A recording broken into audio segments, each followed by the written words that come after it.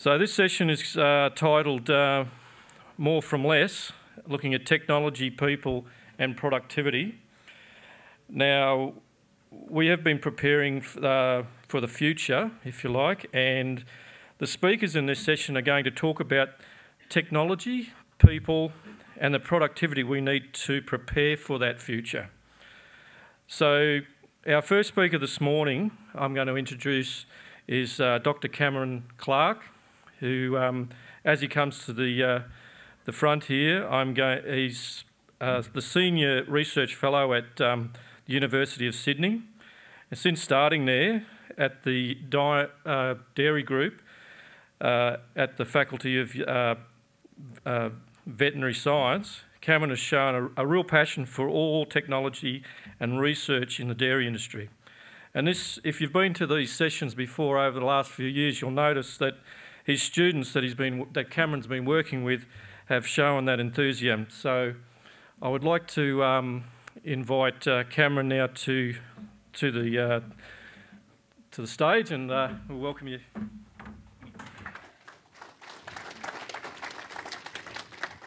So never before have we seen a time where we've had so much technology available to us. Yeah, all the Z generation that's in the audience now have their smartphones where they've got applications on them, and they're all hooked into the internet.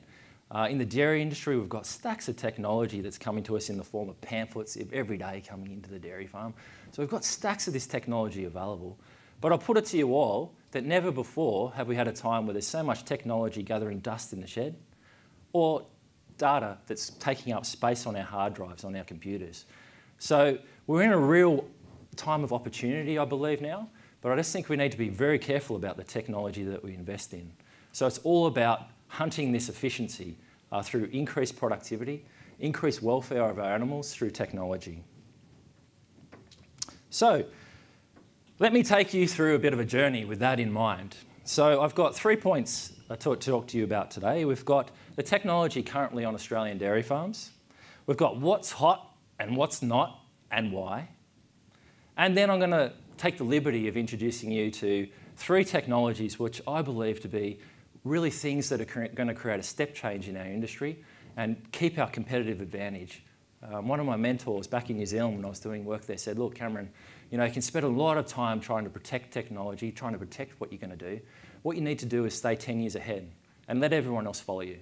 So hopefully I'll introduce you to some of that 10 years later on in this presentation. So as a background here, this is where we've come from and this is to where we're going. In the 1980s, we had 70 to 80 cows per farm, and we're rapidly heading towards, in 2050, towards 500 cows per farm as an average across the industry. So we're heading towards larger cow numbers per farm. When I introduce this to mathematicians and people like that out there, and they say, oh, Cameron, you put a linear line through something that's quite exponential, they'd suggest that there's an exponential increase in cow numbers happening in the Australian dairy industry, and that my 500 cows per farm is a conservative estimate of what's going to be there in 2050 as an average. At the same time, since the 1980s, we've had this technology development happening. So $1,000 in the 1980s bought you 1 calculation per second. Can anybody, and I introduced this question at the Australian Dairy Conference, so whoever was there, please don't say anything now. Can anybody tell me how much $1,000 buys you now in terms of calculation power? $1,000. Anyone, shoot some numbers. Something. Give me something. 1,000? 10 billion. 10 billion. We've had, not only are we seeing these increases, these changes in our dairy industry, but we're finding that the technology that's out there is more advanced, but it's also cheaper, right? So technology is going to play a big role in our future dairy industry. So here's the question, where do you start? We need to start with some data. We've heard that from a lot of speakers today. Where do we start? We need some data to start off with. What do we have on our dairy farm now in terms of technology? So here's some data that comes out of Nico Lyons' survey, et al., which is going to be presented next week at the Precision Dairy Conference in the Netherlands. So what I've done, I've manipulated that data a little bit, as good scientists do. And what I've done, I've presented it to you as percentage of total farms. So this is 169 farmers from across Australia. This is the technology that's on the farm. And you can see there's a few things happening here. You can see there's a light grey bar here which goes through to a dark bar. That's cow numbers per farm. So I segmented it out from smaller herds, which is less than 150 cows, through to the larger herds, which is 700 cows, greater than 700 cows. So you can see more technology on the larger herds. The other thing that you can see there is that there's a wide variety of technologies, but also on farm, but also a really wide variation in the amount of technology, right, that's on those farms. So you're going from automatic cut removers here at around 70, 71%, right through most of the herds, through to things like automatic cow weighing scales at very, very low levels. And it was interesting to talk with, listen to Russ this morning about the importance of the scales. And so this sort of brings in questions in my mind as, why are things at the top, why are they on farm? And why are these not being applied on farm? So in that regard, the hot things are the things that are on farm. And the hottest thing is automatic cup removers, right at the top. And that got me thinking, why is that something that most farmers are taking up? And I strongly believe that it's due to this integration from data collection through data analysis through to an action, which leads to our milk production in all one process. So these automatic cup removers are recording data in the form of flow rates and optimising the time that these cups come off the cows. And there's the action, which then leads through to food, because we're increasing the amount of milk produced on every other lactation because the cups are coming off at the right time, yeah? So there you go. That's why I believe ACRs are so popular. But then, what's not popular out there? Automatic cow weighing scales is down the bottom, yeah? This, I believe, is due to the fact that we're collecting a stack of data on these walkover wires that's out there, a lot of data being collected, but the action isn't really clear, right? So we collect the data. Is there any integration of that data into an action that the farmers can, so the whole process be automated? And that's why I believe that these automatic cow weighing scales is down the bottom. Now, this suggests to me that the real gap there in the industry isn't in the data collection, it's in that space of analysis, yeah? Analysis leading to the action. When that gets integrated into this data collection in terms of technology, in terms of the walkover weighers, that's when we get the big adoption. The other one that's right down the bottom is actually automatic estrous detection systems. Now, that of interest from that same survey is the top piece of technology that farmers say in the next 10 years is going to be something that they'd be interested in actually bringing onto their farm. So I think there's not just a break in the cycle. I think there's some technology that's relatively new out there as well. The other interesting one is the pasture measuring devices, which is really less than 20% out there at the moment. So I'll touch on each of these things as I go through the presentation now in terms of my top 3 technologies. So here's a quote for you all. It would be remiss of me to not quote myself in my own presentation. And for those of you who've seen my presentation before, I don't give a presentation anymore without quoting myself. So this is my quote. The speed of technological advancement has outpaced, by a long way, our ability to turn data into better actions on farm. I really think that's the case. And that's just within our industry. If we look outside of our industry, there's a stack of other technology that's out there in terms of military and these other fields, mining. They're all investing in technology that we could well use in our industry, in our dairy industry, but we need to be very clear about the value that technology is creating on farm. So there's a quote for you. So here's walkover weighers. Here's the same diagram that I showed you before for automatic cup removers. So here's walkover weighers. You've got data collection, data analysis, action leading to a food. I believe there's a gap for walkover weighers here in this data collection, data analysis leading to the action. Right, so there's a real gap in this cycle for walkover weighers, I believe. And some investment in this space and may well be happening there already, and keeping in mind that these advances in technology are happening so quickly now, it's really hard to keep up with all the advances that are out there. So here's the break for walkover weighers. So here's the hunt. Here's what I really want to focus on the presentation now. I've introduced the technology that we have on dairy farms. I've introduced what's hot, what's not, and why I believe that, why they're hot or not. Now, so here are the 3 key technologies to drive production efficiency into the future, from my perspective. The first one isn't right out there. It's electronic cow ID. There's my number one. I guess you're saying, wow, this guy's really deluded. This guy's what's he talking about? This is a pretty simple piece of technology, right? Why electronic cow ID, Cameron? This is why. This is Camila Diaz, who worked with me last year out from Brazil. And she had a question around milking order. So electronic cow ID gives us milking order. And for all the farmers out there, farmers know in the conventional milking system who the first cows are into their dairy, and more than likely who the last cows are. And it's fairly consistent, that milking order on a day-to-day basis. Electronic cow ID gives us that. So that introduces an interesting question, because if you let those cows out from the dairy to access pasture voluntarily, what do the first cows eat in the pasture? The good stuff. So they're going out and they graze in strata, our cows. So they're not silly, by no means. They're very smart animals, actually. They graze the leaf part first, and then they work their way down to the more fibrous part. So we had the question, what is the impact of milking order, as determined by electronic cow ID, on milk production and composition? So our hypothesis in this work was that the first cows in the milking order would produce more milk solids than those milk last. It's a fairly simple question, right? Kind of obvious, but there hadn't been any work looking at this integration between milking order and how we allocate our pasture and its impact on milk yield, composition, and then going further than that, saying the so what question. So what do we do about that to increase production efficiency? So I said, the cows graze the sward in strata. They organise themselves into a milking order, typically. There's some re-ranking in the middle, but typically there's a pretty strong correlation on a day-to-day basis as to when the cows come into the dairy, which I find fascinating, by the way. So here's the results. We went down to 6 farms in Tasmania, mainly due to the fact that we had quite a close count. This is number of cows per farm, and we had those farms very close together.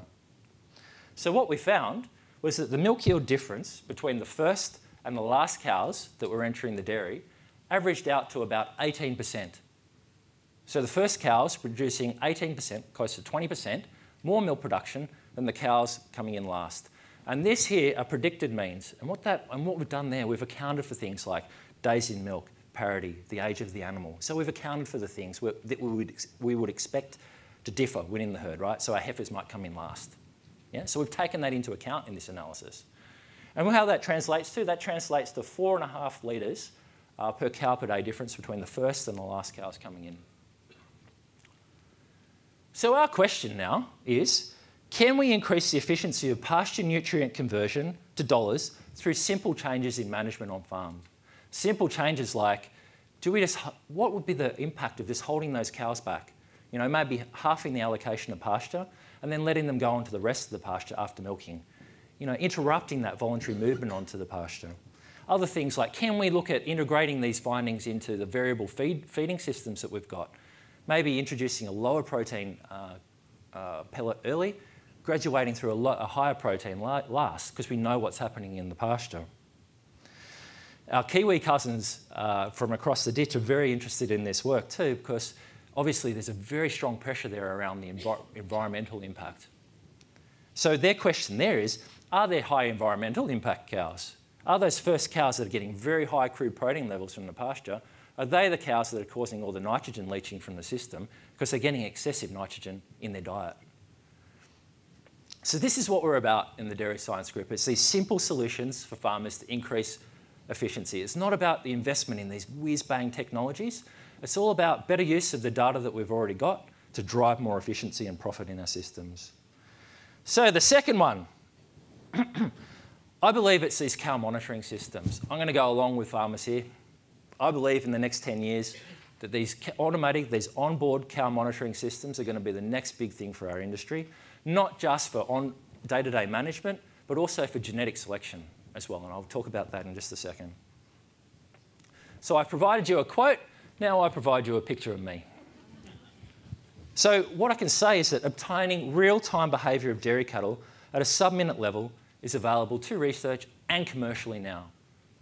So going a little bit towards Michael's question there, we do have systems that monitor the behaviour of cows. There are systems commercially available now that give us a really nice profile of the behaviour of our cows and the individual animal on a day-to-day basis, even within a day.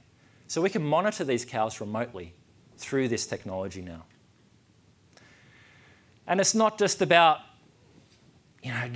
sticking the technology out there. Juan Malfino is in the audience here, and he did some really nice work validating these tags. So this is tag grazing time on the y-axis, and along the x-axis is actual grazing time. And you can see here that these tags are giving us almost spot on the amount of grazing time that our cows are doing in the herd. Rumination, similar. We have a couple of iffy parts here. We think that might be due to the fact that some of these cows might have been a little bit heat stressed. Similar sort of actions to the cow, so we need to work some of these points out. Activity as well, very nice. Yeah, so these tags are doing a good job.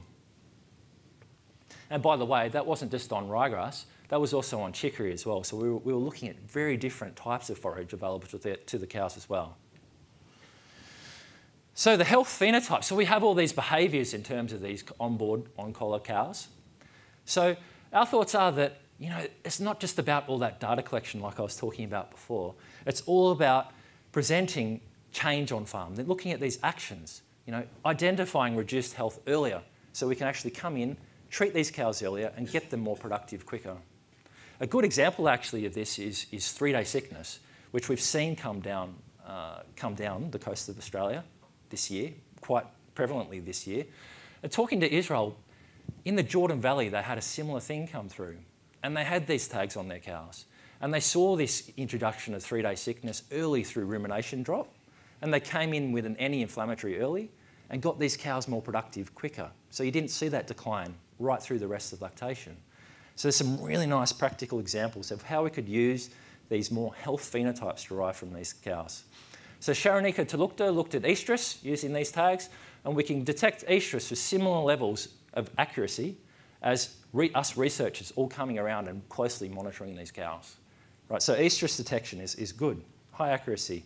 Calving, 2 years ago we looked at using these tags to detect calving, and we showed a 30% decline in rumination in the 2 days leading up to calving. A very clear indication that these cows are going to calf. Farmers, when they see that, they say, that's fantastic, Cameron, we pretty much know which cows are going to calf in the next couple of days. I appreciate that. What we're doing now is looking at which cows require intervention, which cows you need to pull, and what's the optimum timing to intervene.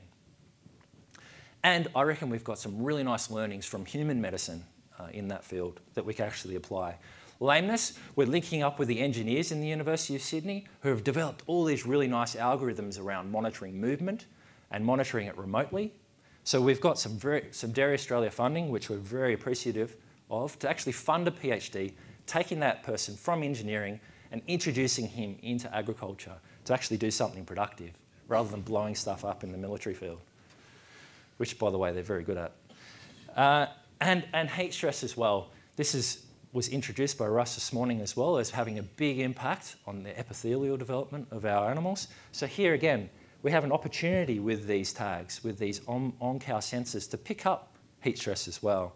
So applying that to the model that I presented earlier about data collection, data analysis, and action, we could have sensor behaviour leading through to a reduced health phenotype, lameness, calving, these things, an objective measure, not subjective, objective, that's numbers.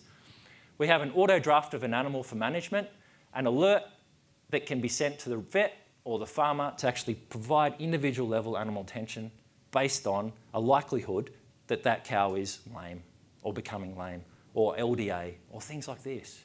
What it also enables us to do, if we start to think a little bit laterally about this, is if we actually apply these sensors to our genetic information herds, we start to get this phenotypes for genetic selection coming in. So it enables us to get objective measures of high health cows. So we can collect all this information and then ram it back through into our balanced performance index. There's excellent potential for that. So the last one, I can't get away without measuring pasture measuring device. Of course, Yanni would just about kill me. So pasture measuring device, that's my third big one. But we know that grazed pasture is one of the keys to our international competitive advantage. One of the keys. It doesn't mean that grazed pasture is the only key. We know that there's considerable variability between and within paddocks. We know that there's 100% difference between your worst and your best performing paddocks on farm.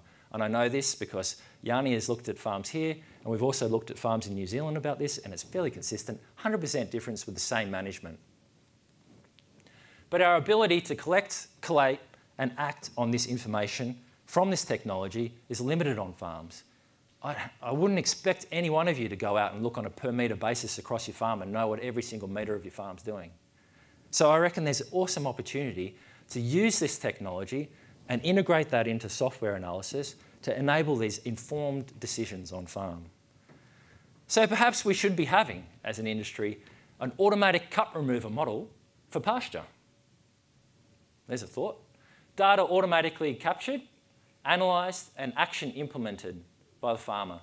And perhaps this captured data could be modelled. I mean, we've got some excellent work happening with UTAS and Dairy NZ on the ability to actually model and forecast out pasture growth. And I'd suggest if you're interested in that area, get in contact with Richard Rawnsley on that. Excellent work.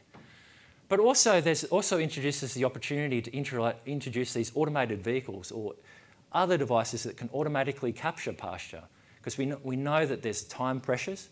And what better way to actually collect the data through an automated method that could be shared between farmers or farmer groups.